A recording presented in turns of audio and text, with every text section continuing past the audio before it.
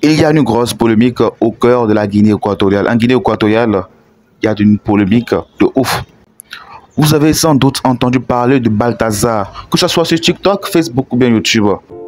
Alors la famille, cet homme à l'écran s'appelle Balthazar. Alors, qui est Balthazar? Qu'a-t-il fait? Et qu'est-ce que nous pouvons retenir de cette affaire de Balthazar? Quelles sont les leçons de vie que nous pouvons retenir de cette histoire? D'abord, Balthazar Ebang Ekonga, j'espère que je prononce très bien, est le fils de Balthazar Ebang Ejo, président de la communauté économique et monétaire de l'Afrique centrale. Alors, Balthazar Ebang Ekonga, marié et père de 6 beaux enfants, est au cœur d'une grosse polémique. Et qu'a-t-il fait? D'abord, il est accusé de corruption et détournement de fonds. La police guinéenne fait alors une descente dans son domicile. Et qu'est-ce que la police trouve?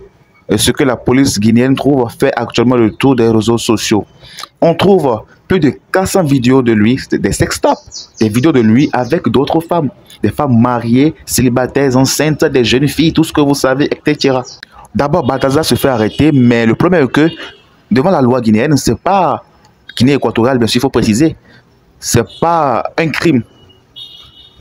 Et surtout que ces femmes, c'est avec leur consentement. Ces femmes, ils ne les ont pas peut-être brutalisées ni forcées. Bon, du moins, ce que j'ai appris des réseaux, c'est avec leur consentement. Donc, ce qui fait de lui un innocent de ce côté. Mais d'abord, des recherches sont en cours pour savoir est-ce qu'il avait une maladie en lui, qu'il a décidé consciemment, sciemment de la transmettre à ces femmes.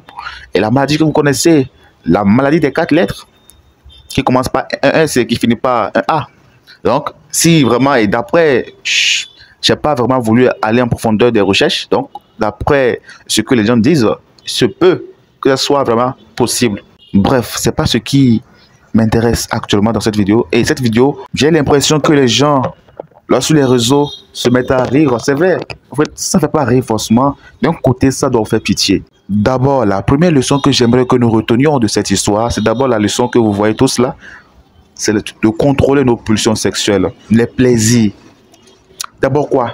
Lui, il est marié et père de 6 beaux enfants. Il a une femme. Mais qu'est-ce qui va le pousser vraiment à aller faire ce qu'il a fait?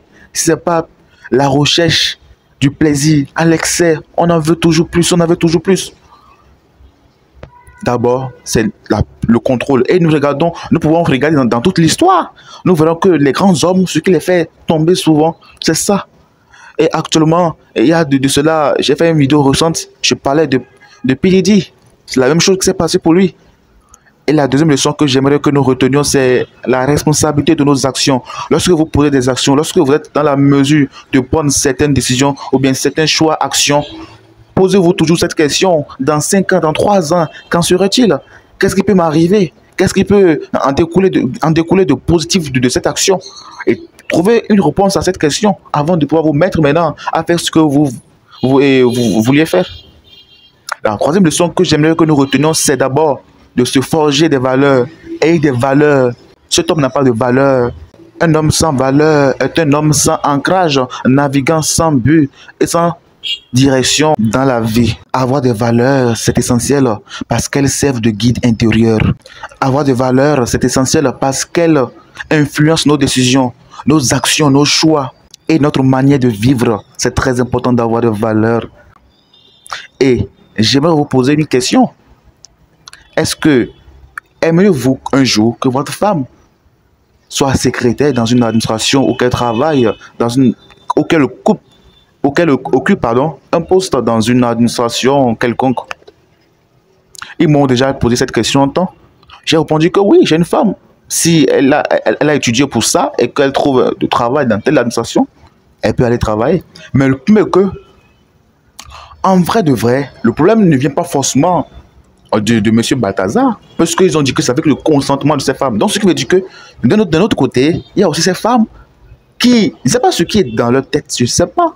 En fait, c'est quoi la finalité souvent? Lorsque vous, les femmes, il est marié, père de 6 enfants, et je vais encore... En fait, c'est quoi la finalité en fait? Je ne comprends pas le sens. Je ne comprends pas. C'est quoi en fait la finalité d'aller me livrer en fait? Je ne comprends pas.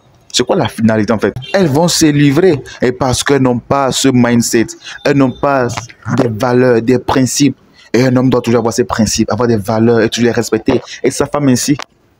C'est pour ça qu'il est très important de toujours choisir, de prendre le temps, de toujours choisir la femme de sa vie. De ne pas être pressé. C'est pas parce que les gens se marient vite que moi je vais me précipiter à aller choisir une femme, dire que voilà, c'est ma femme. Non, il est très important d'avoir une femme, une bonne femme.